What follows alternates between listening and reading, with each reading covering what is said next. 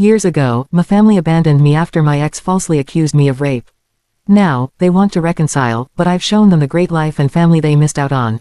My ex-girlfriend cheated on me, and when I confronted her, she panicked and falsely accused me of rape to cover up her cheating. I was arrested during the investigation but was released because there was no evidence. By then, my parents had already disowned me, and most of my friends had distanced themselves. Since I wasn't formally cleared by a jury, my parents still believed I was guilty but had managed to escape punishment. My best friend secretly supported me, and I decided to run away. I had nothing to lose since everyone had turned their back on me, and my college barred me from attending classes, only allowing me to take exams. I moved far away, found a small apartment, and started working in community jobs to make ends meet. Eventually, I managed to stabilize my life. I changed my name because I couldn't stand the sight of it anymore, which helped me start fresh. Later, I made new friends when I re-enrolled in university. Even though I was drowning in debt and living in poverty, I completed my degree in teaching. I then moved to a country on the other side of the world, where I live now. I got a nice apartment and settled into my new job. I eventually met a woman who became my wife. At first, I couldn't trust her, but her patience with me won me over. I would flinch when she tried to touch me, or I'd fidget when she got close. Over time, I fell deeply in love with her. She gave birth to our twins, a daughter and a son, who mean the world to me. Her family accepted me quickly, even though I was a foreigner and not initially trusted. They treated me well, reminding me of what a loving family feels like. Now, I live happily with my wife and children in a nice house. But last night, while I was playing on our PlayStation with my son, my wife, and my daughter in the garden, there was a knock on the door. It was my father. He smiled weakly and started to speak, but I slammed the door, scaring my son. I took him to his room and asked my wife to put our daughter to bed. Both of us were shaken. My father kept knocking, and I broke down. My wife comforted me and then answered the door. She asked who he was, and he said he was my father. I had only given my wife a vague idea of my past, so she felt deep sorrow for me. Understandably angry, she yelled at my father for abandoning me. After calming down, I asked her to let him in and to keep our kids busy while I talked to him. My father told me he had been helping my ex-girlfriend clear some stuff from her phone when he came across messages between her and the guy she cheated on me with. The messages showed her guilt for ruining my life and her desire to take it all back. My father didn't confront her because he didn't want to stir up old issues, but he silently started searching for me to tell me he believed me. I don't know how he found me, but now that he's here, I'm unsure what to do. After thinking it over, I've come up with some options. 1. Turn him away and tell him to go back to our country, or 2. Reconcile with him and tell my mother. If you have any better ideas, please let me know. I'm stressed out and plan to take the day off work tomorrow. My father is staying in a nearby apartment, so I'll probably go to him with my decision. Thanks in advance for your help. Comments from Gentius. He said he was helping your ex-girlfriend clear some stuff from her phone. Isn't that odd? 1. Why would he still have contact with her? 2. Why would he snoop on her phone? It's suspicious that he's still connected to the woman who ruined your life and then somehow found you halfway across the globe. Is this the kind of chaos you want in your family's life? From T23454 op. You're right, it doesn't add up. This situation is so messy, and I hate being put in this position. I'm struggling to find the right words to say to him and to respond to everything. From Random Questioner's Master Advice Giver 26, oh, sweetie, this was hard to hear. People who make false accusations should be sued and jailed because it destroys lives. The best advice I can give is to keep him out of your life. He abandoned you so quickly without even talking it out. Plus, you're already happy with your life without them. Of course, you can choose to forgive whoever you want, but I wonder what his true motive is for trying to reconcile. Best of luck, dear, and thanks for sharing your story. From T23454 op. Thank you. I've decided to take the eye for an eye approach and keep my father away from my family. I'm not someone who forgives easily, and he must face the consequences of his actions. Ballistic Pineapple. This is my first time responding here, so I can't say if this is good advice, but ultimately, only you can decide what's best. This situation was thrust upon you, and it's a lot to handle. Sending your father back home might give you the time you need to fully process everything and figure out what you want. You can always reach out to him later if you're ready. This is your life, and you get to control how this situation plays out. Take your time and do what feels right for you. T23454 op. Yes, in the end, the decision is mine to make. My son asked who was at the door a few hours ago, and I couldn't bring myself to tell him it was his grandfather. I know it's up to me whether I want my parents in my life or not. I realize that I won't get clear answers to all my questions. I'm just trying to piece things together while gathering different perspectives. Looking back, I'm still baffled by how quickly they discarded me. Maybe my ex made up fake texts, but the police said there was little to no evidence supporting her. Nothing adds up, and I struggle to connect the dots, though I don't want to. It all feels like a bad dream sometimes. Thanks for your input, I'll make a decision eventually. Update 1. Hi everyone, sorry for the silence. I've decided not to reconcile with my father. I just couldn't bring myself to forgive him. Some of you might want to know how it went down, so here's the story. The day after I posted, I visited my father at his hotel and told him that I wouldn't reconcile with him. He had tears in his eyes but understood. He said he told my mother what happened and cut off all contact with my ex-girlfriend. I asked why they were still in touch with her, and he said she felt too guilty to let us go.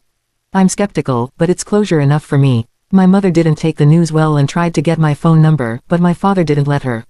I'm not sure what to trust, as I feel most of it is just a ploy to get me back into their lives. After they threw me out like a stray dog, it made me sick. When my son asked who was at the door, I told him it was a colleague. When my kids are older or going through tough times, I plan to tell them what happened to me so they understand. We're all fine now. This encounter shook me up, but I hope my father keeps his word and doesn't reveal my new life. If anything else happens, I'll keep you updated. Thank you all so much for your support and kind words. If you know anyone who has gone through what I have, be there for them. Don't abandon them. Always stay by their side, even if they have to move across the world to find happiness. Update 2. I was living peacefully until my father found me, which triggered a series of events leading to this post.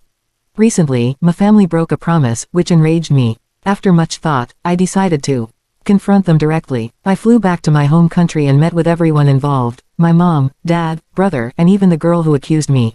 I was nervous, but I was shocked to realize I no longer saw them as family. I recognized them, but they didn't feel like family the way my wife, kids, and in-laws do. My mother immediately broke down in tears and tried to apologize, but I just felt disgusted. My father comforted her while my brother kept his composure and initiated the conversation. He asked how I was doing, but I told him to skip the small talk. This meeting was on my terms. I made it clear that I wasn't looking for reconciliation, just closure. I warned them that I would call the police if they tried to follow me. I asked my parents why they abandoned me so quickly, even though the police said there was no proof. They said they made a rash decision, and seeing me in custody broke their hearts. I called them out on it, reminding them that they didn't even try to stand by me.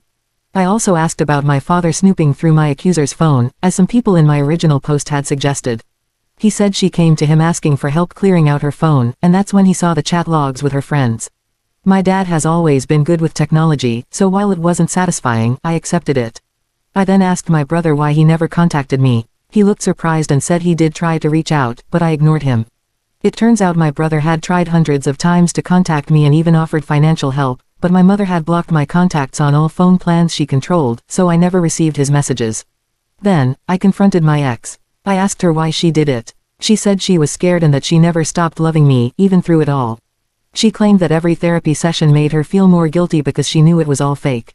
She said she hadn't dated anyone since, hoping I would come back so she could apologize. But my father revealed that this was a lie. He found chat logs of her with 3 different partners while I was gone. My ex broke down crying and even dared to ask for another chance. This made me spiteful, so I pulled out my phone and showed them hundreds of pictures of my children's milestones, our family trips, their first days of school, and my wife in my arms. I told my ex this was what she could have had if she hadn't been so foolish, and showed my parents what they missed out on for not believing in me. For a moment, I wondered if I had gone too far, but I realized that compared to what they did to me, I hadn't. Choosing my path, I decided to take the eye for an eye approach and not let my father back into my life. I'm not someone who forgives easily, and he has to live with the consequences of his actions. This is my first time responding here, so I'm not sure if this is good advice, but this is something only I can decide. Everything hit me all at once, and it's been overwhelming. I think it would be best if my father goes back home so I can have time to process everything. I can always reach out to him if I feel ready, but having this situation forced on me isn't helpful. This is my life now, and I get to decide how I want to handle it. I need to figure out what will give me the most control to process this information and create a plan. I'll do this at my own pace and take as much time as I need. In the end, it's my choice what to do. My son asked me who was at the door a few hours ago, and I couldn't bring myself to tell him it was his grandfather. I know it comes down to whether I want them in my life or not. I know I won't get answers to all my questions, and I'm just trying to make sense of everything while considering different perspectives. Looking back, I'm shocked at how they just abandoned me like that. Maybe my ex-girlfriend faked some texts, but she would have shown them to the police, and I remember the police saying there was little evidence to support her claims. Not much of it makes sense, and I still struggle to connect the dots, not that I want to. It all feels like a bad dream sometimes. Thanks anyway, I'll figure out what to do eventually. Update 1. I've decided not to reconcile with my father. The day after I posted, I visited him at his hotel and told him my decision. He had tears in his eyes but understood. He said he told my mother what happened and cut my ex-girlfriend off from the family entirely. When I asked why they were still in contact with her, he said she felt too guilty to let go. I'm skeptical of this, but it's enough closure for me. My mother didn't take the news well and tried to get my phone number, but my father didn't let her. I'm not sure what I can trust, and it all feels like a ploy to get me back in their lives. But after being thrown out like a stray dog, I'm sickened by it. My son eventually asked who was at the door, and I told him it was a colleague. When my kids are older or going through tough times, I plan to tell them what happened to me so they know I understand. We're all fine now. It shook me up a bit, but I hope my father keeps his word and doesn't interfere with my new life. If anything else happens, I'll update you, but I think it's resolved for now. Thank you all so much for the support and kind words. If you know anyone going through something similar, be there for them. Don't throw them away, stand by them, even if they need to move far away to find peace. Update 2. After living peacefully before my father found me, a recent incident with my family broke a promise and angered me deeply. I decided to face them directly, so I flew back to my home country and met with everyone involved, my mom, dad, brother, and even the girl who accused me. I was nervous, but I was shocked to realize I didn't see them as family anymore. I recognized them, of course, but they didn't feel like family the way my wife, kids, and in-laws do. My mother started crying and trying to apologize, but I just felt disgusted. My father comforted her, and my brother kept his composure and started the conversation. He asked how I was doing, and I told him to cut the small talk because this meeting was on my terms. I told them I wasn't looking for reconciliation, just closure. I made it clear I would call the police if they tried to contact me. I asked my parents why they abandoned me so quickly, even though the police said there was no proof. They said it was a rash decision, and seeing me in custody broke their hearts. I called them out on this, saying they didn't even try to defend me. I then asked my brother why he never contacted me. He looked surprised and said he did, but I just ignored him. It turns out he was right. My brother tried hundreds of times to reach out and help me, but my mother had blocked his number on all her phone plans. I was completely lost and couldn't receive any help. Finally, I confronted my ex-girlfriend and asked why she did what she did. She said she was scared and never stopped loving me, even though she knew her accusations were fake. She claimed therapy made her feel more guilty, but I didn't believe her. My father revealed he found chat logs of her with 3 different partners while I was gone. My ex broke down crying and dared to ask for another chance. This made me spiteful, so I pulled out my phone and showed them hundreds of pictures of my kids' milestones, our family vacations, and my wife. I told my ex this was what she could have had if she hadn't been so stupid, and I told my parents this was what they missed out on for not even hearing me out. For a moment, I wondered if I had gone too far, but compared to what they did to me, I hadn't. My visit wasn't all miserable, though. I met up with my old best friend and his family. They were happy to see me, and I was still grateful for them taking me in when it felt like the whole world was against me. I plan to return to the country one day to show my kids where half of their culture comes from. I won't let them anywhere near my family, though. My only family is my wife, her family, and my kids. I'd say it went pretty well overall. Edit. As some of you asked, I have decided to allow my brother to fly over and meet his niece and nephew. I hesitated at first because my brother and I weren't on great terms growing up. There was a lot of sibling rivalry. I don't have any social media, so, understandably, he could only try my phone number, but by that point, I had a new number, so it wouldn't have worked anyway. I've left the decision to go to the authorities up to my family.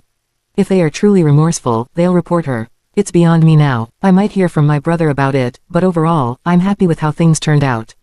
I'm truly happy with the family I've made, and now that they're all out of my life, I feel at peace. Discovering my wife's affair. I was married to my ex-wife for 7 years, and we were deeply in love. I never imagined I'd be sharing my heartbreak story, but here I am. My wife and I used to work together before I was transferred to head a new branch of our company in another state. She was one of the most intelligent workers, which attracted me to her. When we worked in the same office, I didn't have romantic feelings for her, but after I was transferred, we started talking every day and our relationship grew. We dated for 2 years before getting married. During those 2 years, I resigned from my job due to some issues but quickly found a better one in our state. This new job was great, but it required a lot of travel. In our first year of marriage, we had a daughter, and in our 4th year, a son. Becoming a father was one of the best things that ever happened to me, and I sacrificed a lot to ensure my family was comfortable. My wife was also hardworking, and together we raised our 2 beautiful kids. I did everything I could to be a good husband and father. I treated my wife like a queen, supporting her through good times and bad. I even helped her during a 2-year conflict with her mother, during which she didn't let her mother see the kids. I thought I was doing what every husband should do, but I didn't realize I was wasting my time.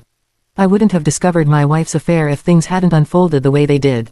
One day, I was supposed to go on an important business trip, but it was cancelled last minute. I decided to stay home and spend time with my kids. We played games, and they eventually revealed that my wife had a secret friend who pretended to be their dad whenever I was away. They even described how he would spend the night in our room with my wife and leave before I got home. I knew they weren't making this up because it wasn't something children would invent. They told me because this secret friend also gave them ice cream in secret, just like I did. I was furious but decided to keep this information to myself. I asked the kids not to mention anything to their mom, and they agreed. When my wife came home, I subtly tried to get more information from her, but nothing came out, so I stopped. I tried going through her phone that night but didn't find anything.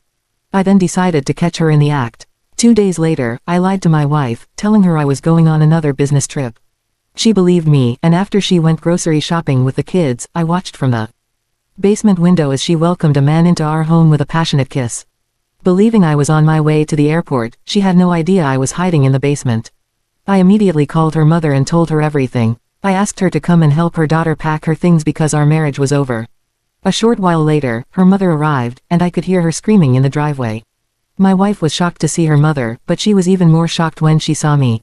She was speechless, and I was too disappointed to even confront her or her lover. I simply told her to leave my house before I returned and took the kids out so they wouldn't witness the chaos. Later that week, I conducted a paternity test for my children, and thankfully, they were mine.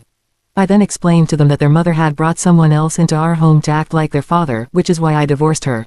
I hired a good lawyer who helped me get custody of my kids.